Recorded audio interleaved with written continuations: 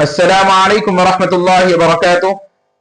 آج میں آپ تمام مسلمانوں کے سامنے ایک ایسے فرقے کے متعلق بات کرنے جا رہا ہوں جو صدیق دیندار کے نام سے مشہور ہے، اور یہ ہمارے شہر حیدرآباد کے ایک محلے آصف نگر کے اندر ان کا ایک انجمن ہے۔ اس انجمن کا نام انجمن صدیق دیندار ہے۔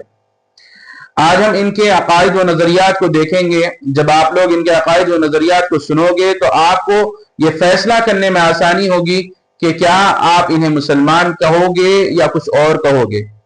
میں اپنے موضوع کو آگے بڑھانے سے پہلے آپ لوگوں کے سامنے اس بات کی وضاحت کر دینا چاہتا ہوں کہ جو مسلمان اللہ پر اور اللہ کے نبی پر اور آخرت کے دن پر ایمان رکھتا ہو، اس کا یہ عقیدہ ہے کہ مرزا غلام احمد قادیانی کافر ہے، اور ان کے عقائد کی طرح جو بھی عقیدہ رکھتا ہے وہ بھی کافر ہے۔ اب ہم تھوڑی سی باتیں صدیق دیندار کی جو انہوں نے مرزا غلام احمد قادیانی کے متعلق ارشاد فرمائی اس کے اوپر غور کر لیتے ہیں۔ پہلے تو انہوں نے ارشاد فرمایا کہ مرزا غلام احمد قادیانی امت کے لیے رحمت ہے، اور یہ بات میں اپنی طرف سے نہیں کہہ رہا ہوں بلکہ انہی کی کتاب کی لکھی ہوئی بات کہہ رہا ہوں۔ اور میری یہ ویڈیو پچھلی ویڈیو کی طرح نہیں ہوگی جو میں نے بھوروں پر بنائی تھی۔ اس ویڈیو کے اندر میں تمام دلائل کو انہی کی کتابوں سے ثابت کروں گا۔ آپ لوگ اگر ان دلائل کو سننے پر اتفاق نہیں رکھتے ہیں تو ان کتابوں کے نام بھی ذکر کروں گا، آپ بعد میں ان کتابوں کو پڑھ بھی لو، اور وہ کتابوں کا بھی ذکر آپ کے سامنے کروں گا جو اہل حق علماء نے ان کے خلاف لکھی ہیں، تاکہ آپ کو موازنہ کرنے میں اور راہ ہدایت کے پانے میں آسانی ہو جائے۔ اب ہم ان کے عقائد و نظریات کی طرف بڑھتے ہیں۔ تو جب ہم ان کے عقائد کو دیکھتے ہیں تو ان کا عقیدہ جو آپ سنو گے دنگ رہ جاؤ گے کہ انبیاء کرام علیہ السلام امت کے کسی کام کے نہیں ہیں، بلکہ مسلمان انبیاء کرام علیہ السلام کے کام کے ہیں۔ سنتے جائیں اور آپ فیصلہ کرتے جائیں۔ دوسرا، صدیق دیندار کی جنگیں ایسی ہوتی ہیں جن کے اندر اللہ کے نبی صلی اللہ علیہ وسلم خود شریک ہوتے ہیں۔ اور تیسرا، صدیق دیندار کو جو الہام ہوتا ہے وہ خود کلام الہی ہوتا ہے۔ چوتھا، صدیق دیندار وہ سب کام کر سکتا ہے جو اللہ کر سکتا ہے، اور دعا کی قبولیت صدیق دیندار کے ہاتھ میں ہے۔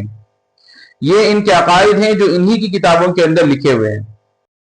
اور اگر آپ لوگ ان کے عقائد کا جائزہ ویڈیو کی شکل میں لینا چاہتے ہیں تو میں اپنے ڈسکرپشن باکس کے اندر ان ویڈیوز کی لنک کو شیئر کروں گا۔ آپ لوگ ان ویڈیوز کو سنیں اور اچھی طرح سے ان کے عقائد کا جائزہ لیں، تاکہ آپ لوگ اپنی اور اپنے گھر والوں کی اور اپنے محلے کی ان سے حفاظت کر سکیں۔ اور ان کی وہ مشہور کتابیں جن کو آپ پڑھ کر کے ان کے عقائد و نظریات کو سمجھ سکو گے، ان کے نام، چند کتابوں کے نام آپ لوگوں کے سامنے ذکر کر دیتا ہوں، جب کبھی بھی آپ کو وقت ملے تو آپ پڑھ لیں۔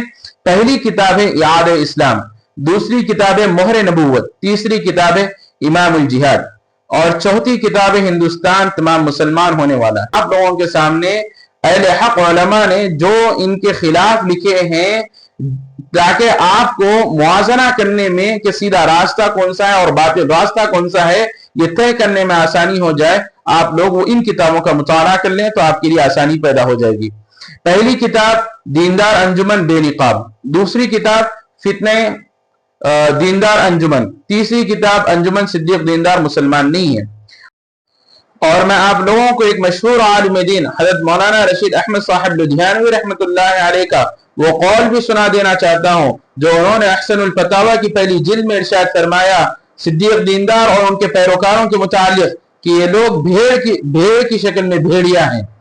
اللہ تعالیٰ سے دعا ہے کہ اللہ تعالیٰ ہم سب کو صراط الذین انعمت علیہم پر چلائے اور غیر المغضوب علیہم ولا الضالین سے ہم سب کی حفاظت فرمائے۔